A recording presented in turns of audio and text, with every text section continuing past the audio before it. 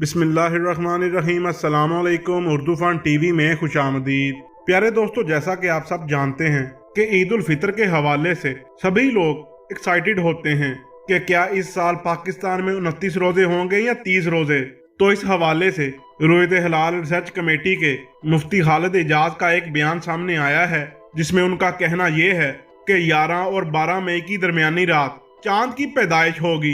चुनाचा 29 रोजे मुकम्मल होने के बाद शाम को चांद कोई भी नंगी आंख से नहीं देख सकता, इसलिए हमें 29 रोजों के बाद 30वां रोजा भी रखना होगा।